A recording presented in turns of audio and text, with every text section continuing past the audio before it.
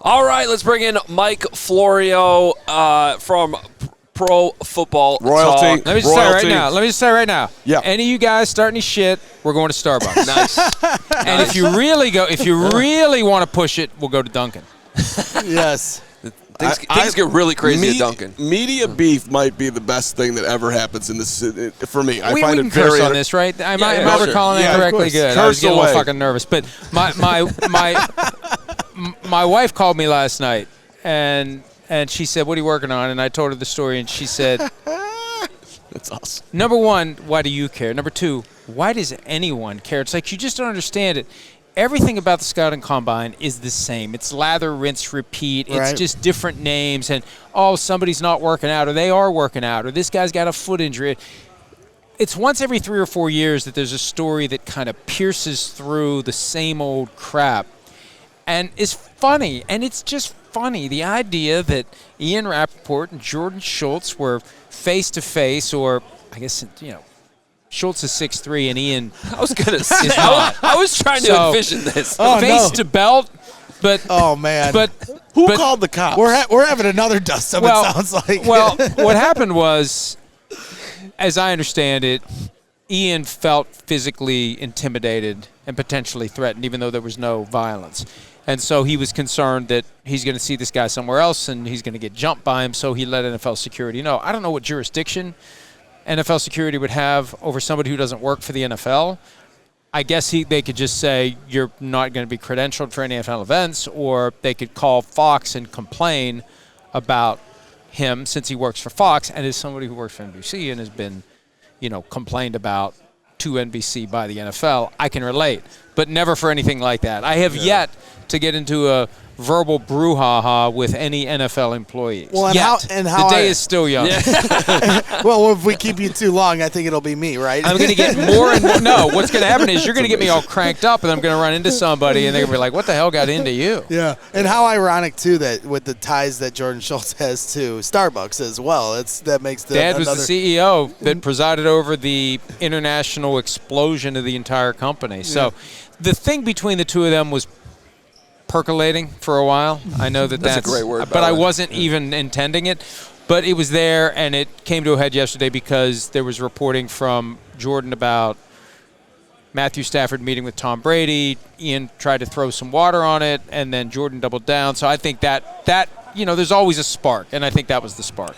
So last year when we talked to you here, the Bears were a huge story because it was all about Caleb Williams. It was all about where they're going to trade Justin Fields, all this stuff. It's a little bit of a different vibe this year, but did you guys get a chance to talk to Ben Johnson the other day? Yes. He did a lot of interviews, yeah. So I guess we talked to him right after he was hired, and we talked to him today, 2 days ago. We're the only outlet that hasn't talked to him. It's unfortunate for us. Here's the key. Here's the key. This is a pro tip. Talk so much shit about him that they will give you an interview to get you to stop talking shit. That's the way to do it. That's a strategy. Not that I did that with him, but I've Yeah. done that before. That's how I got the first big interview for PFT. Was Nick Saban when he was in his first year with the Dolphins, because I was killing the guy because all of the media down there couldn't stand him, and they were giving me all of the ways that he was treating them in a way that they didn't like it, just the different little stories and stuff.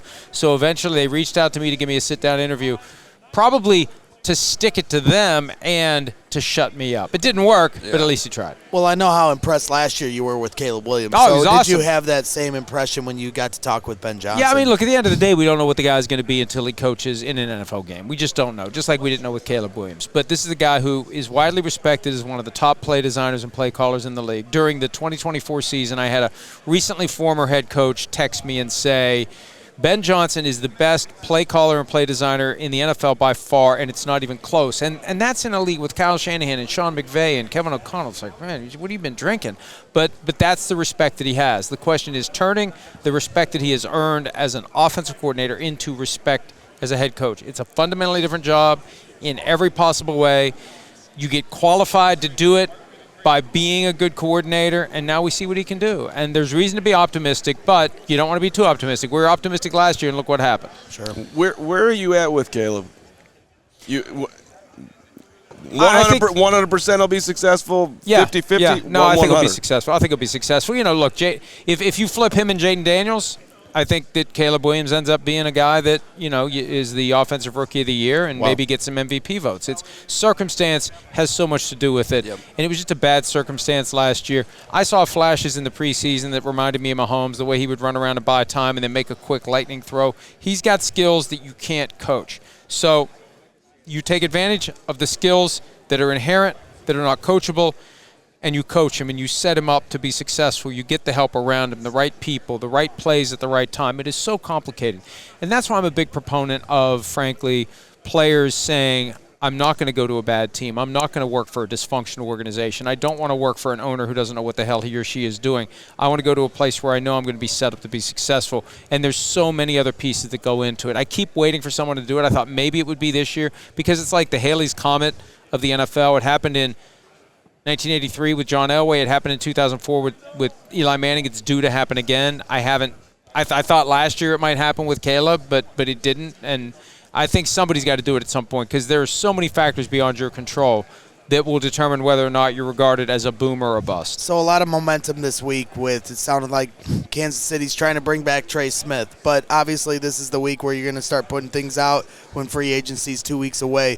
What do you gather in terms of that and where Kansas City's ability to bring Trey Smith back or if he's going to hit the market for other teams? Hey, I'm a big believer in guys hitting the market. I don't like the franchise tag. The franchise tag keeps guys from having an opportunity to go out and get what they would get through a competitive process. So are the Chiefs going to be able to sign him in competition with other teams? And that 52-hour negotiating window can be helpful because sometimes you'll see what happens.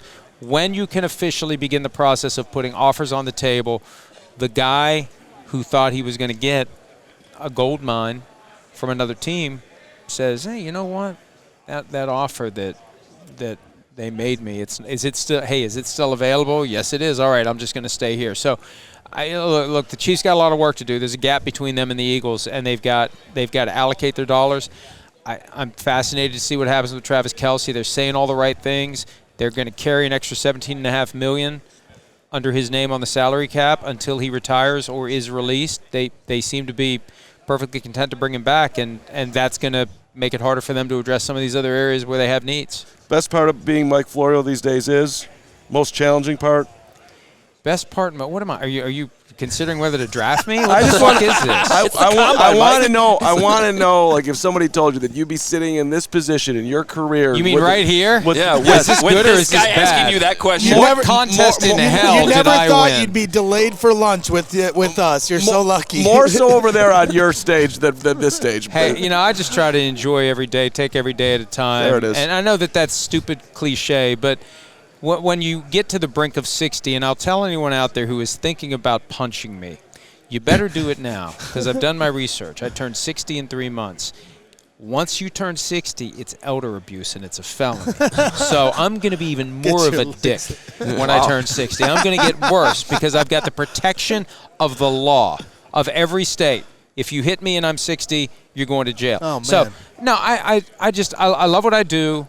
And, I try to spend as much time as I can with my family. I try to just balance. I've got other projects I'm involved in. I've written some books that are available on Amazon, all fiction. Because what I do at PFT, every day I create something about tomorrow. Everything I've written, nobody cares. It's like, dance for me, chump. So you do it again. And then by the next day again. So I've tried to create some things that have a little more relevance and staying power than just one day at a time, more content. And any day that I don't get into a fight at a Starbucks is a good day. Yeah. It's good perspective. That's a good way to end it. Mike, thanks so much for your time. We appreciate Always it. appreciate you guys. We'll Thank see, you. We'll see you at Starbucks later. All right, thanks.